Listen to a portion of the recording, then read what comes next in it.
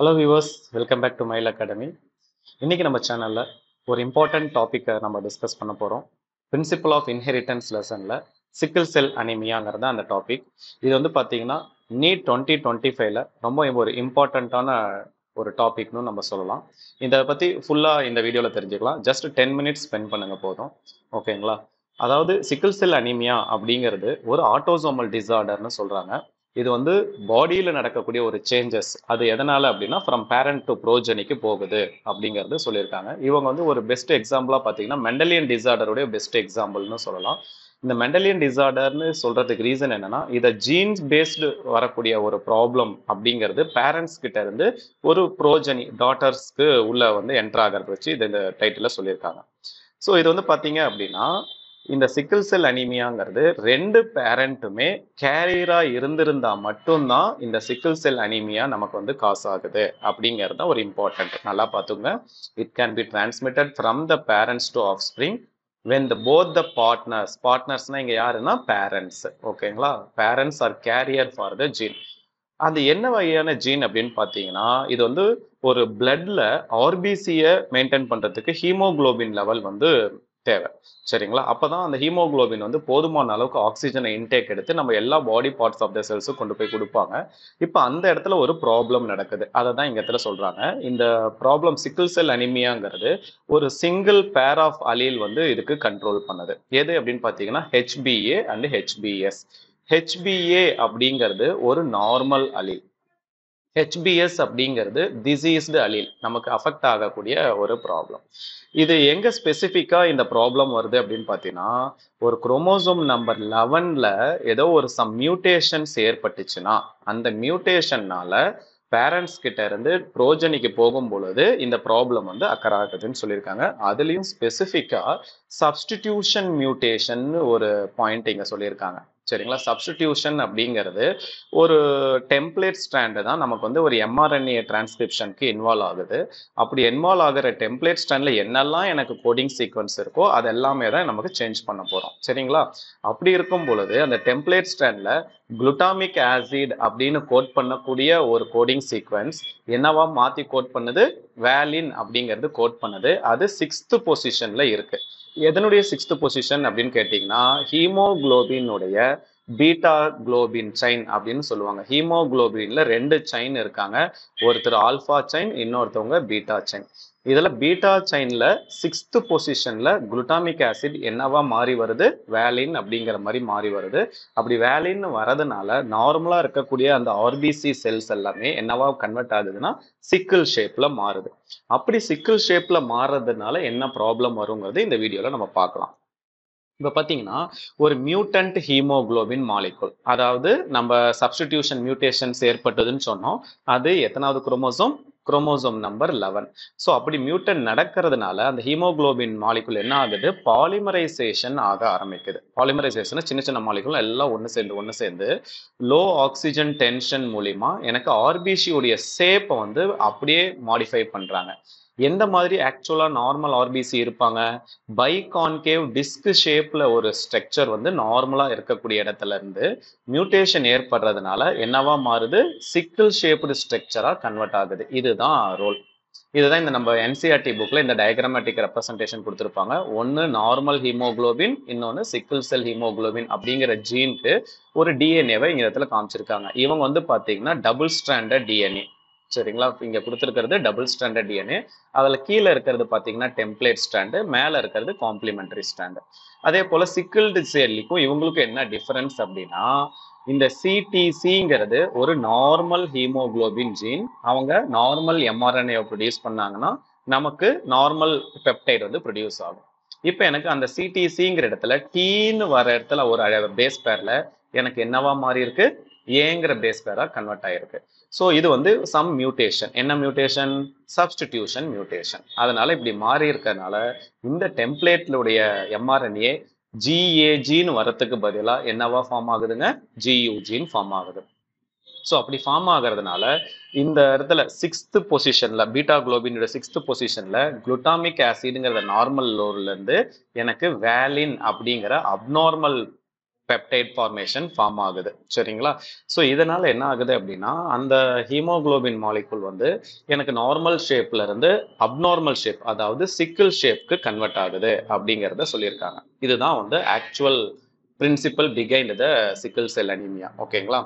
இப்போ இந்த சிக்கிள் செல் அனீமியானால என்ன ப்ராப்ளம் வரும் அப்படின்னு பார்த்தோம்னா, ஹீமோகுளோபின் நார்மல் பைகான்கேவ் ஷேப்ல இருந்து, சரிங்களா, பைகான்கேவ் ஷேப்ல இருந்து என்னவா மாறிடுது, சிக்கிள் ஷேப்பா மாறிடுது.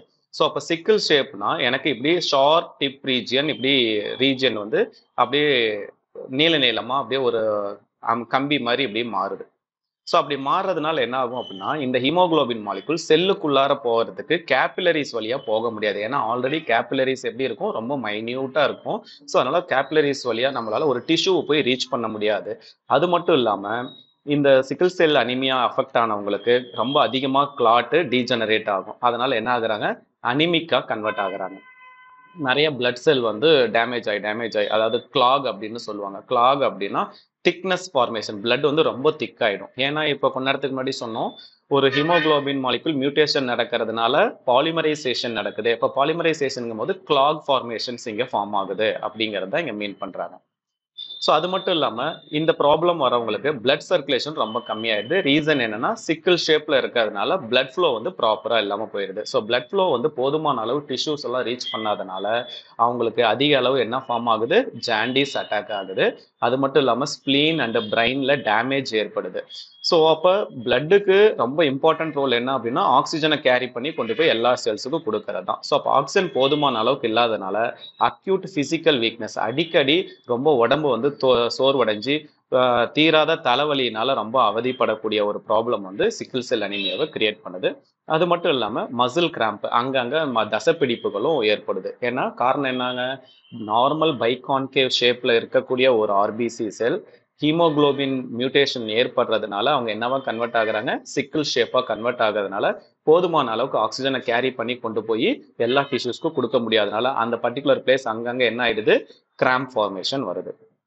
இதுல இந்த மாதிரி ஒரு டிஸ்அட்வான்டேஜ், இவ்வளோ ப்ராப்ளம் வந்தாலும் இந்த சிக்கிள் செல் அனீமியா இருக்கிறவங்களுக்கு பார்த்தீங்க அப்படின்னா ஒரு அட்வான்டேஜும் இருக்கு. அவங்கள வந்து பார்த்தீங்கன்னா மலேரியா வந்து அவங்களுக்கு கம்பல்சரி வராது. 100% மலேரியல் இன்ஃபெக்ஷன் வராதுன்னு சொல்றாங்க.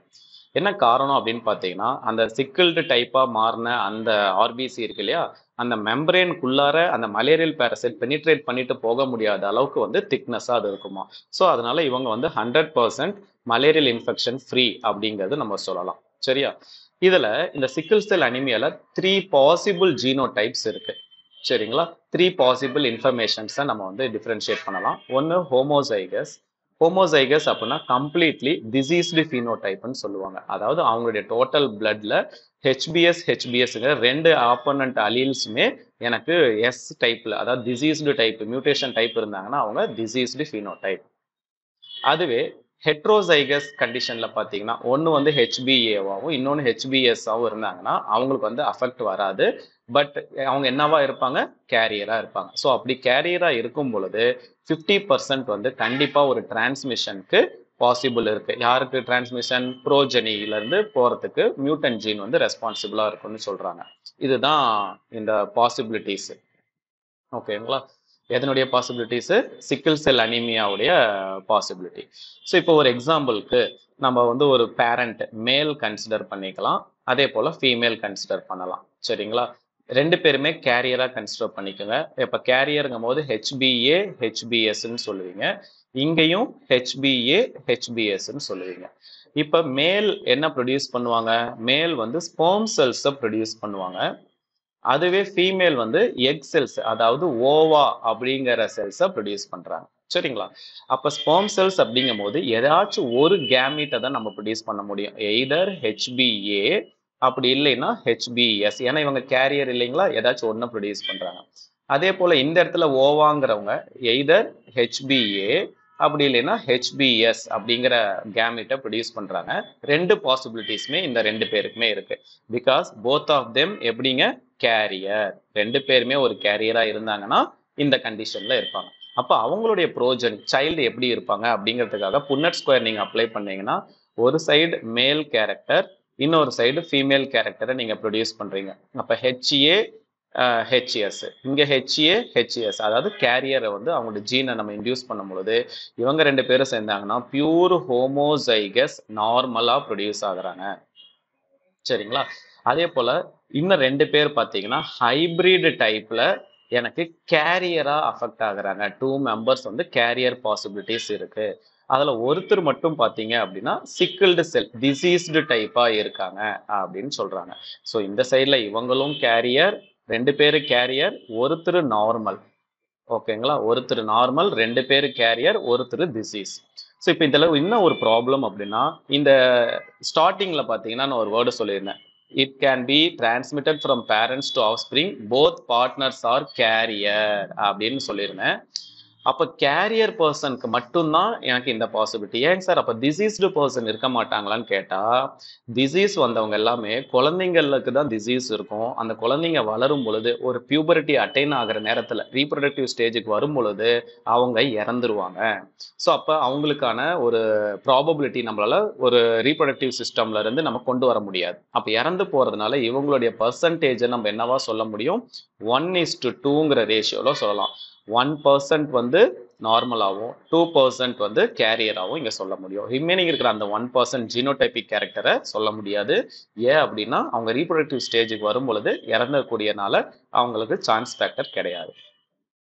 அப்போ நார்மலாக இருக்கலாம், இல்லைன்னா கேரியராக இருக்கலாம். இது முழுக்க முழுக்க 100% என்ன சொல்றது, பாடி செல்ஸை பேஸ் பண்ணி தான் இருக்கு. அப்போ இது யாருக்கு வேணாலும் வரலாம். அதாவது பேரண்ட் கிட்ட இருந்து டாட்டருங்கிறவங்க அது மேலாகவும் இருக்கலாம், அது ஃபீமேலாகவும் இருக்கலாம். ஸோ இது குரோமோசோம் பேஸ் பண்ணி 11th குரோமோசோம் பேஸ் பண்ணி சொமேட்டிக் குரோமோசோம் பேஸ் பண்ணி இது ப்ரொடியூஸ் ஆகுது. ஸோ இந்த மாதிரி அஃபெக்ட் ஆகிறவங்களுக்கு கண்டிப்பாக என்னவும் வராது, மலேரியல் பேரசைட்டும் வராது அப்படின்றாங்க. ஸோ இந்த வீடியோ மூலிமா சிக்கிள் செல் அனிமியா பற்றி ரொம்ப இன்ஃபர்மேட்டிவாக தெரிஞ்சிருப்பீங்க.